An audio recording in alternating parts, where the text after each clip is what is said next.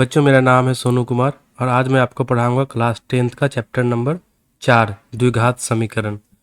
आइए पहले देखते हैं द्विघात समीकरण क्या होता है। इससे पहले आप लोगों ने बहुपद पढ़ा है, द्विघात बहुपद, रैखिक बहुपद। आइए देखते हैं समीकरण क्या होता है, द्विघात समीकरण किसे कहते हैं। बहुपद तो देख लिए थे हम लोग। बहुपद एक नॉर्मली मान लीजिए लिखा हुआ था कोई चीज़, x square plus b x plus c एक बहुपद था, एक्स प्लस वन एक बहुपद था। उसमें से फिर हम लिखे थे घात। घात क्या होता है? तो बहुपद का घात अगर दो हो, ठीक है, यदि बहुपद का घात दो हो तो उसे हम बोलते हैं द्विघात बहुपद। उसी में समीकरण, यानी कि समीकरण क्या जब बनता है, जब कुछ इक्वेट किया जाए किसी के साथ, कुछ निकालना, कुछ ज्ञात करना हो तो समीकरण बोलेंगे। ठीक है, तो हम जैसे मान लीजिए ये है x square plus b x plus c, ये एक द्विघात बहुपद हो गया। इसी को इक्वल टू जीरो कर दिए तो एक समीकरण बन गया। ठीक है, ताकि हम एक्स का मान निकाल सकें। जैसे एक्स प्लस वन अकेला मान लिखा हुआ एक्स प्लस वन एक बहुपद है। ठीक, तो मतलब नहीं, मान लीजिए ये पी एक्स में एक बहुपद है और इसी को हम x plus one equal to zero कर दें, एक्स का मान क्या आ जाएगा? Minus one. यहाँ से एक्स का ये चर पद एक्स है, इसका मान निकल गया माइनस वन। तो ये एक समीकरण है, ये एक समीकरण है। कुछ भी लिख दो, कोई एक प्लस वन इक्वल टू, मान लीजिए हम पाँच लिख दें तो एक्स इक्वल टू चार आ जाएगा। तो ये एक समीकरण हो जाएगा। ठीक, याद है ना, बहुपद का शून्यक निकालते थे कि किसी एक्स के किसी मान के लिए बहुपद का मान शून्य हो जाए तो बहुपद का शून्यक कहलाता था। बस वही है, मान लो इसका मान हम जीरो रख देंगे तो एक्स का जो कुछ मान आ जाएगा, पाँच रख दे, दो रख दे, कुछ भी रख देंगे तो एक समीकरण बदल जाएगा। ठीक, तो यहाँ पर हमको पढ़ना है द्विघात समीकरण। द्विघात मतलब जिसका घात दो हो, यानी कि जो चर पद है उसका अधिकतम घात दो होना चाहिए। ठीक, और समीकरण इक्वल टू जीरो कर दिया तो समीकरण बन गया। द्विघात बहुपद में देखिए, बहुपद में भी कंडीशन था ए इक्वल टू जीरो नहीं होना चाहिए। अगर मान लीजिए ए जीरो हो जाएगा तो क्या हो जाएगा? ए जीरो, जीरो गुना x square plus b x plus c equal to zero, ये b x plus c equal to zero बन जाएगा। ये तो द्विघात समीकरण नहीं है ना, ये तो रैखिक समीकरण हो गया। जैसे बहुपद में था वैसे समीकरण है, बस वही चीज़ देखते जाइए। तो ये द्विघात समीकरण का एक स्टैंडर्ड रूप है, a x square plus b x plus c, जहाँ ए जो है जीरो नहीं होना चाहिए। और ए बी सी क्या है वो तो ये बहुपद में बताए थे आपको। ए क्या है? एक्स स्क्वायर का गुणांक है। बी क्या है? एक्स का गुणांक है। सी क्या है? कांस्टेंट एक्स, अचर पद है। बाकी जीरो हो सकता है, बी और सी जीरो हो जाए कोई दिक्कत नहीं, लेकिन ए जीरो नहीं होना चाहिए। ठीक है, जैसे मान लीजिए फाइव एक्स स्क्वायर, ये एक द्विघात बहुपद है, जीरो इक्वल टू जीरो कर देंगे एक द्विघात समीकरण बन जाएगा। ठीक है, मान लीजिए सी को जीरो कर दें, a x square x, a x square plus b x equal to zero, तो ये एक द्विघात बहुपद या द्विघात समीकरण है। ठीक, लेकिन अगर ए को जीरो कर देंगे तो एक्स स्क्वायर गायब हो जाएगा, तो फिर ये द्विघात बहुपद या समीकरण रहेगा ही नहीं। ठीक, ये द्विघात समीकरण का मतलब समझ लिए आप लोग, क्या होता है इसका स्टैंडर्ड फॉर्म क्या होता है। सबसे जरूरी चीज़ ए जीरो नहीं होना चाहिए। ठीक है, आइए कुछ उदाहरण देख लेते हैं इसका द्विघात बहुपद समीकरण का। तो देखिए two x square minus three x plus one द्विघात समीकरण है। कैसे? एक्स, एक चर पद है, चर पद का अधिकतम घात दो है, तो ये द्विघात समीकरण है। देखिए एक्स स्क्वायर यहाँ भी है, एक्स अपन वन, यहाँ एक्स दो, अधिकतम घात दो है, तो ये एक द्विघात समीकरण है। कोफिशिएंट कुछ हो सकता है ना, ए है, दो है, माइनस तीन है, प्लस माइनस कुछ भी हो सकता है, बस जीरो नहीं होना चाहिए। फिर x square minus four x plus three. ठीक, इसमें से मान लीजिए देखिए एक चीज़ और चीज़ देखिए, मान लीजिए आपको पूछ ले, इस समीकरण का पद पूछते हैं, एक्स स्क्वायर का कोफिशिएंट क्या है, यानी कि एक्स स्क्वायर का गुणांक क्या है, का गुणांक दो हो जाएगा, एक्स का गुणांक माइनस तीन होगा। ठीक, तो इसमें पूछ ले आपको एक्स स्क्वायर का गुणांक क्या है, तीन है, x का गुणांक क्या है, -4 है। तो ये चर पद, अचर पद, गुणांक, घात, ये सब आपको अच्छे से क्लियर होना चाहिए। और देखिए एक चीज़ आप पहले पढ़ चुके हैं बहुपद में भी, अब उसी चीज़ को समीकरण में देखना है आपको। द्विघात समीकरण का मूल, आप पहले बहुपद का शून्यक पढ़ें। एक बहुपद मान लीजिए आपको दिया हुआ है ax² + bx + c, इसका शून्यक क्या होता है, आपको बहुत अच्छे से पढ़ाया है उसको कि शून्यक क्या होता है। अगर आप नहीं पता है तो आपको वीडियो का लिंक दे देंगे, आप देख लीजिएगा उसको, फिर से समझ लीजिएगा, लेकिन आपको पता होना चाहिए ये चीज़। देखिए मान लीजिए ये एक पी एक्स एक बहुपद है, मान लीजिए ये पी एक्स में पी एक्स एक बहुपद है, तो उसका शून्यक आपको रिकॉल करवा देते हैं।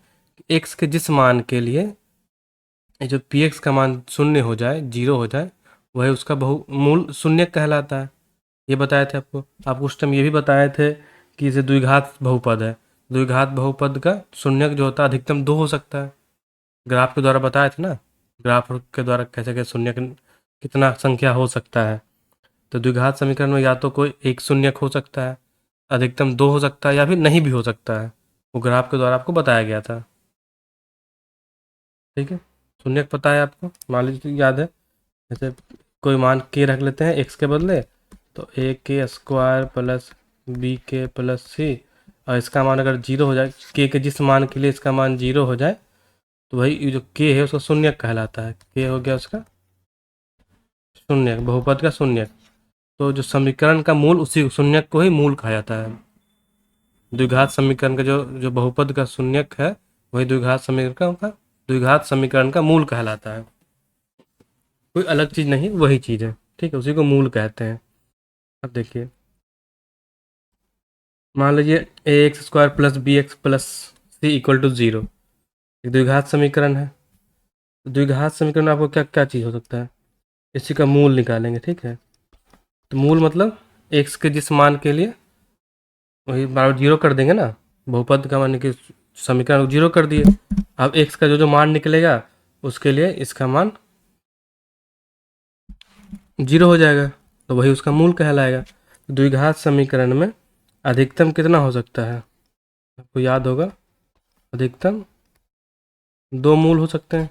अधिकतम 2 शून्यक होता है, या तो 0 हो जाए, या तो 1 हो जाए, या तो 2 हो जाए।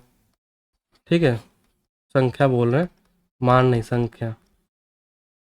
ठीक, ये समझ गए आप कि द्विघात समीकरण का मूल किसे कहते हैं।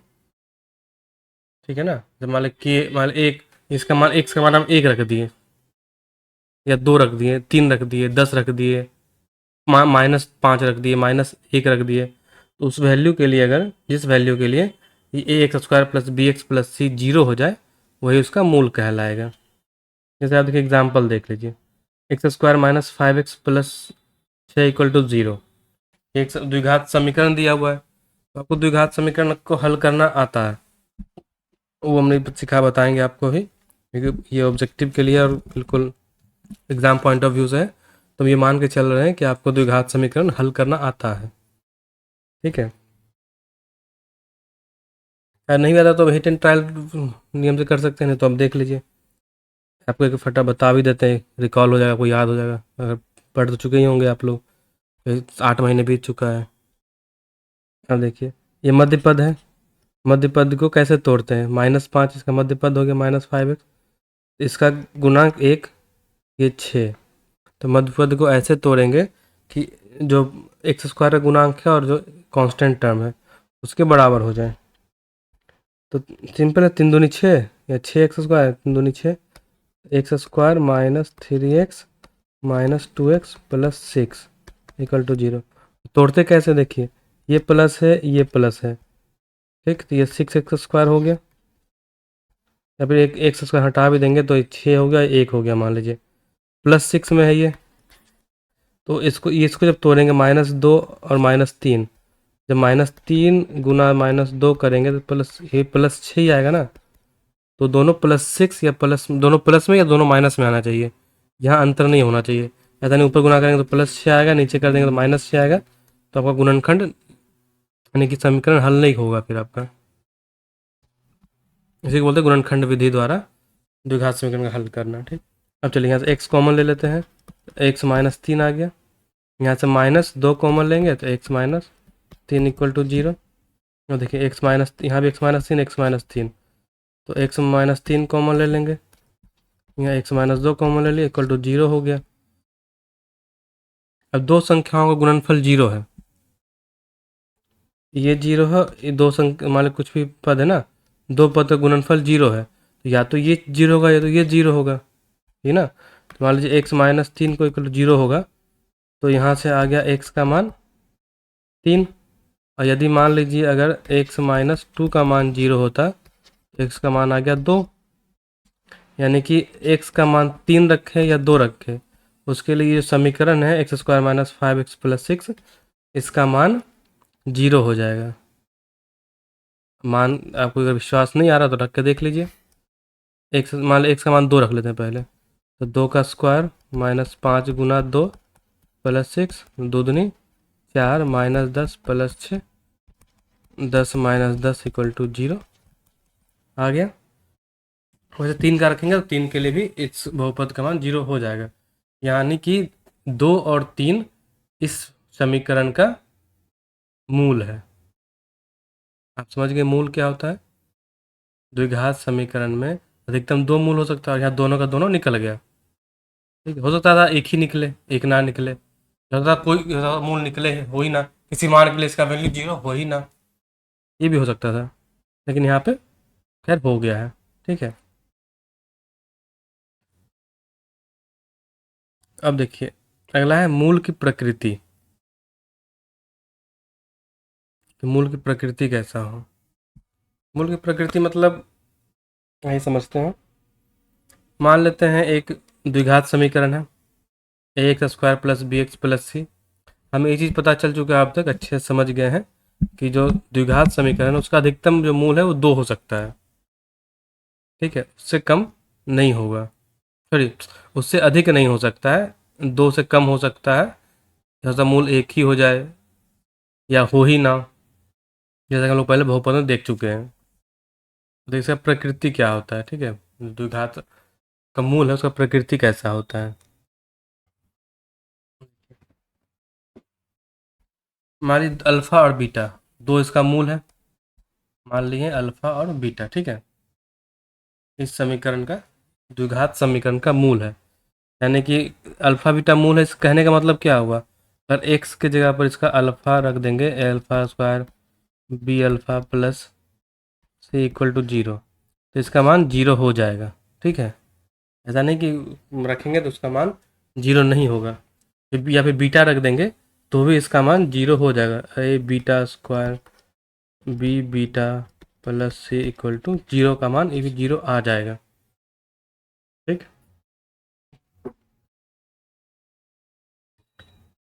देखिए ग्राफ, ये ग्राफ हम लोग बहुपद में पढ़े थे, यहाँ भी देख लेते हैं। प्रकृति मान लीजिए अगर अल्फा बीटा जो ग्राफ है ये द्विघात बहुपद ग्राफ ऐसे खींचे थे हम लोग, parabolic, a x square plus b x plus, याद है ना बहुपद, इसको क्या बोलते हैं, पैराबोला बोलते हैं इसको, परवलय, परवलय आकार का है ना, परवलय आकार बोलते हैं ग्राफ को। तो मान लो एक्स एक्सिस को यहाँ पर अल्फा बीटा दो जगह कट करे तो दो अलग अलग मूल निकलेगा, हो सकता है ये इसको बस यहाँ टच करे और ऊपर मुड़ जाए ग्राफ, यानी कि अल्फ़ा और बीटा दोनों एक ही बिंदु पर आ जाए, यानी अल्फ़ा बीटा दोनों बराबर हो जाए। या तो हो सकता है कि कोई मूल ही ना निकले, ऊपर पर निकल जाए, कहीं एक अक्ष पे काटे ही ना इसको तो कोई मूल ही ना निकले इसको, अल्फ़ा बीटा एग्जिस्ट ही ना करे। तो देखिए एग्जाम्पल, इसका एग्जाम्पल देख लिए, एल अल्फ़ा बीटा दो मान आ गया, इसका मान लीजिए x square minus 4 equal to 0, ये एक द्विघात समीकरण है। एक्स का मान क्या आ जाएगा, नहीं इसको ऐसे नहीं रखते, ये नहीं होगा,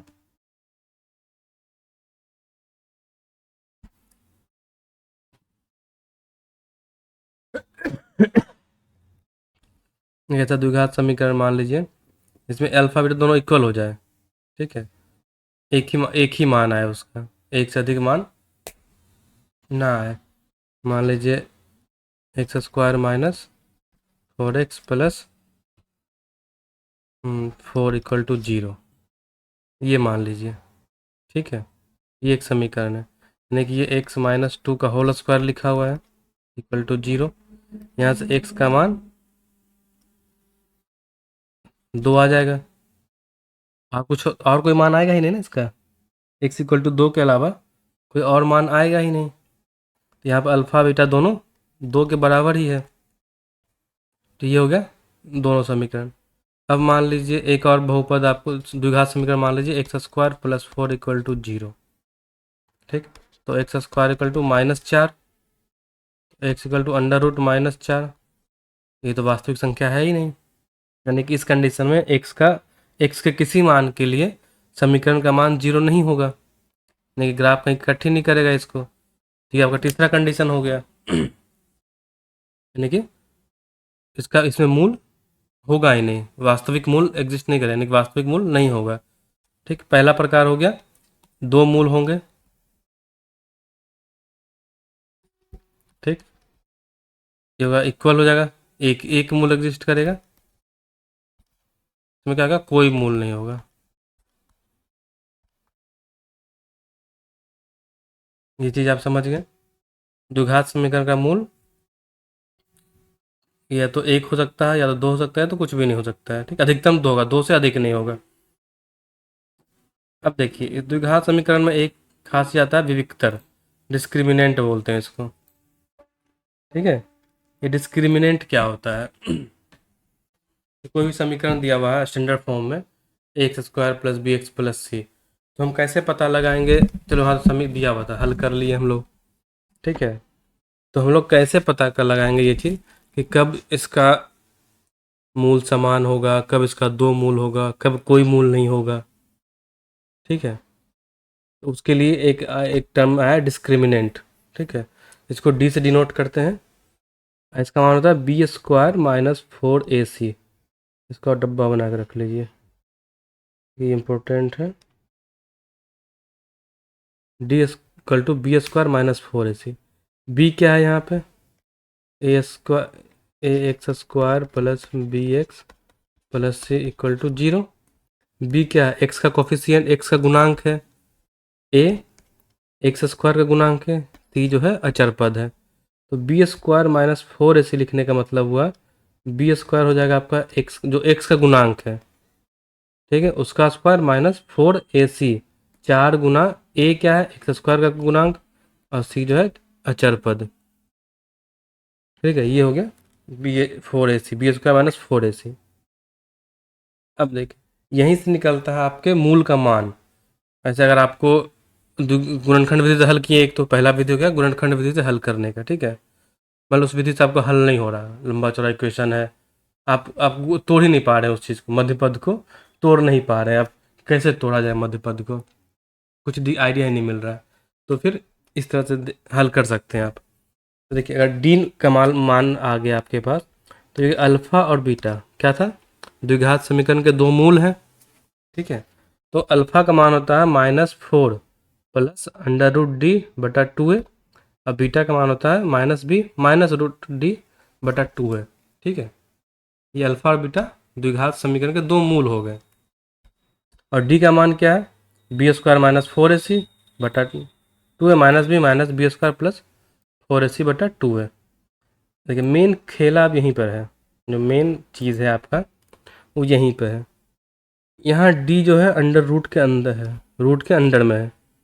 और एक चीज़ आपको पता है, वास्तविक संख्या के लिए रूट के अंदर माइनस नहीं हो सकता है। अगर स्क्वायर रूट है तो स्क्वायर रूट के अंदर माइनस अगर डाल देंगे तो वास्तविक संख्या नहीं रहता है। ठीक, ये चीज़ पता है ना आपको?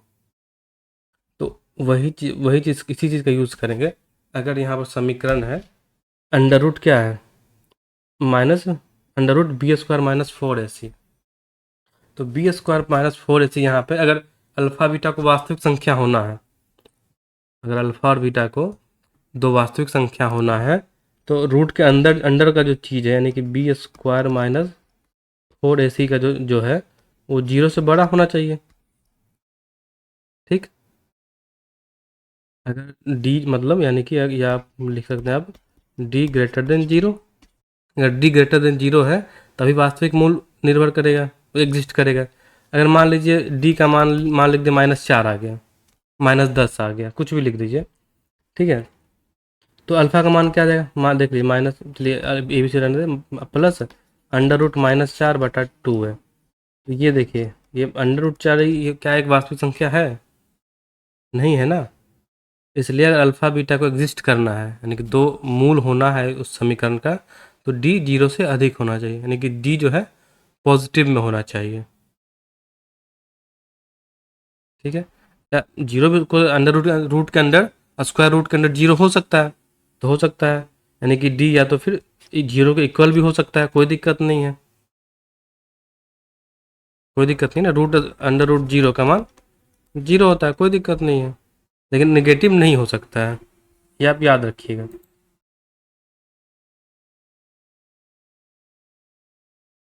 और देखिए यहाँ पर वही दो कंडीशन बन जा रहा है। अगर मान लीजिए अगर रूट जीरो हो जाएगा,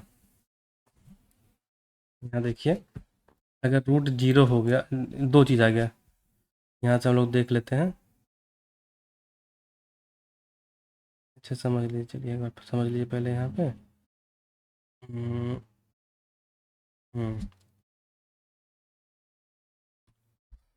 है, ये देखिए मान लीजिए डी ग्रेटर देन जीरो है, ठीक है। डी ग्रेटर देन जीरो यानी कि -b प्लस √d/2 है। ये तो वास्तविक संख्या होगा एक, प्लस माइनस मान लीजिए अल्फा कोमा बीटा, तो एक वास्तविक संख्या होगा, यानी कि दो मूल एग्जिस्ट करेगा इसका। ये चीज़ समझ गए आप। अगर डी जीरो के बराबर हो गया, तो अगर डी जीरो के बराबर होगा तो क्या होगा, अल्फा का मान क्या है, -b प्लस √d/2 है। डी का मान जीरो, -b/2 हो गया, डी जीरो हो गया ना, square root zero zero. Beta का मान क्या हो जाएगा, -b -√d/2 है। यहाँ जीरो डाल देंगे तो इसका मान भी जीरो हो जाएगा, यानी कि -b/2 है। अब देखिए यहाँ पे, अगर डी का मान जीरो है, अल्फा का मान भी -b/2 आ रहा है, बीटा का मान भी -2b/2 आ रहा है, यानी कि जब डी जीरो होता है तो अल्फा और बीटा बराबर हो जाते हैं, ठीक है, यानी कि एक मूल होगा, समीकरण का सिर्फ एक मूल एग्जिस्ट करेगा। और यदि अगला चीज लेते हैं, डी निगेटिव है, यानी कि जीरो से छोटा है, डी छोटा हो गया जीरो से, तो अभी आपको पता है अगर स्क्वायर रूट के अंदर निगेटिव नहीं हो सकता है, यानी कि वास्तविक मूल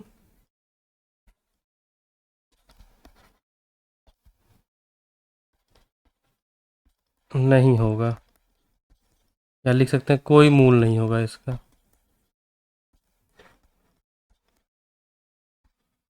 ठीक है, ये समझ गया। चलिए इसी को अच्छे से समराइज कर लेते हैं नीचे हम लोग। यदि b² - 4ac greater than zero है, क्या क्या हो जाएगा, दो मूल होगा, ठीक, वास्तविक, जो होते हैं दो वास्तविक मूल होगा, इसे हम कन्फर्म है। ग्राफ कैसा होगा इसका, एक एक्स को दो बार कट करेगा। अब देखिए b² - 4ac = 0 हो गया, तो यहाँ क्या हो जाएगा, अल्फा और बीटा इक्वल हो जाएगा, यानी कि समान मूल होगा।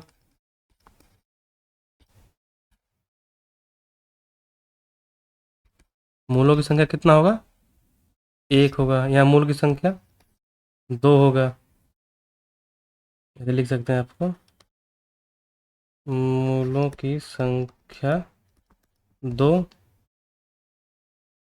यहाँ हो जाएगा मूल की संख्या एक। अब ये निगेटिव हो जाएगा, तो ऊपर पहले बता चुके हैं कोई वास्तविक मूल नहीं होगा, ठीक। मान लो एग्जाम्पल ले सकते हैं, तो ऊपर एग्जांपल लिए थे ना, अभी हम बताया था आपको, जिसका मूल नहीं था। आप एक चेक कर लीजिए, आ गया समीकरण था, ये दिखा था समीकरण, यहीं पर है। एक्स स्क्वायर प्लस 4 = 0, छोटा समीकरण है, ठीक है। यहाँ ए का मान 1 है, बी का मान 0 है, सी का मान 4 है, ठीक। पहले डी का मान निकालेंगे, B square minus 4ac। B कितना है, 0 का स्क्वायर माइनस 4 गुना ए का मान 1, सी का मान 4, डी का मान आ गया -16। डी सो -16 हो गया, ये कोई मूल होगा ही नहीं, ठीक है। जिसका 2 मूल निकाले तो उसका देख लीजिए एक बार, कितना आ रहा है उसका, क्या था समीकरण, x square minus 5x plus 6, देख लीजिए, वेरीफाई हो जाएगा ना भाई।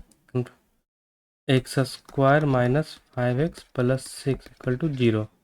यहाँ पर ए का मान कितना है, ए का मान है 1, एक्स स्क्वायर कोफिशिएंट, बी का मान -5, सी का मान 6। अब डी का मान क्या होगा, बी स्क्वायर माइनस 4ac -5 का होल स्क्वायर 4a 1 गुना 6, माइनस माइनस प्लस, बचे 25, माइनस 6 चौक 24, 1 हो गया, यानी कि डी का मान हो गया 1। 0 से बड़ा है, 0 से बड़ा है मतलब मूल 2 होगा, 2 वास्तविक मूल होगा। क्या क्या होगा वो भी निकाल कर चेक कर लेते हैं भाई, कि इक्वल बराबर आ रहा है कि नहीं आ रहा है। अल्फा का मान क्या है, -b प्लस √d बटा 2a, यही है ना। बी का मान कितना है हमारे पास है, देखिए यहाँ सब लिख रखे ना, बी का मान -5, तो -5 प्लस डी का मान 1 हो गया, 2 गुना 1, डी का मान 1 है, minus minus 5 root under square root 1 का मान 1 बटा 2, 5 1 6 बटा 2 का मान हो गया 3। एक मूल आपका आ गया 3। चलिए अगला मूल भी निकाल लेते हैं हम लोग, -b माइनस रूट डी था बटा 2 है। बी का मान पता है आपको -5, माइनस, देखिए प्लस माइनस का ध्यान रखिएगा, ऐसा ना हो कि माइनस छोड़ दे प्लस छोड़ दे तो गड़बड़ा जाएगा। माइनस पहले से है, एक माइनस और आ जाएगा, -√1 बटा 2 गुना 1, माइनस माइनस प्लस यानी कि 5, -1 बटा 2, 5 में से 1 गया 4 बटा 2, 2। बीटा का मान 2, अल्फा का मान 3। मूल यहाँ कितना है, 2 और 3, ऊपर भी 2 और 3 ही आया था। तो अब आप वेरीफाई भी कर लिए हैं, समझ भी गए हैं, ठीक है। मूल कैसे निकाला जाता है, डिस्क्रिमिनेंट क्या होता है, विक्टर कब मूल वास्तविक मूल एग्जिस्ट करेगा, कब वास्तविक मूल एग्जिस्ट नहीं करेगा, कितना होगा, अल्फा बीटा बराबर तो नहीं होगा, ये आप निकाल सकते हैं। आपको समीकरण देगा, पूछेगा तो इसका मूल संख्या कितना होगा, 1 होगा, 0 होगा, 2 होगा, ठीक है, कोई नहीं। इस तरह से आपको ऑब्जेक्टिव क्वेश्चन बहुत सारा बनेगा इसमें। फिर पहले क्वेश्चन चैप्टर हल कर लेते हैं हम लोग, समझ लेते हैं, उसके बाद ऑब्जेक्टिव भी शुरू करेंगे। एक बार चैप्टर खत्म हो जाए, इसलिए ऑब्जेक्टिव की तरह से आपको चैप्टर पढ़ा रहे हैं, वैसे ऑब्जेक्टिव के लिए जो आपको काम आए पूरा, ठीक है। ठीक है बच्चों, धन्यवाद, थैंक यू। अब अगला वीडियो हम लोग देखेंगे चैप्टर नंबर 5 AP, ठीक है।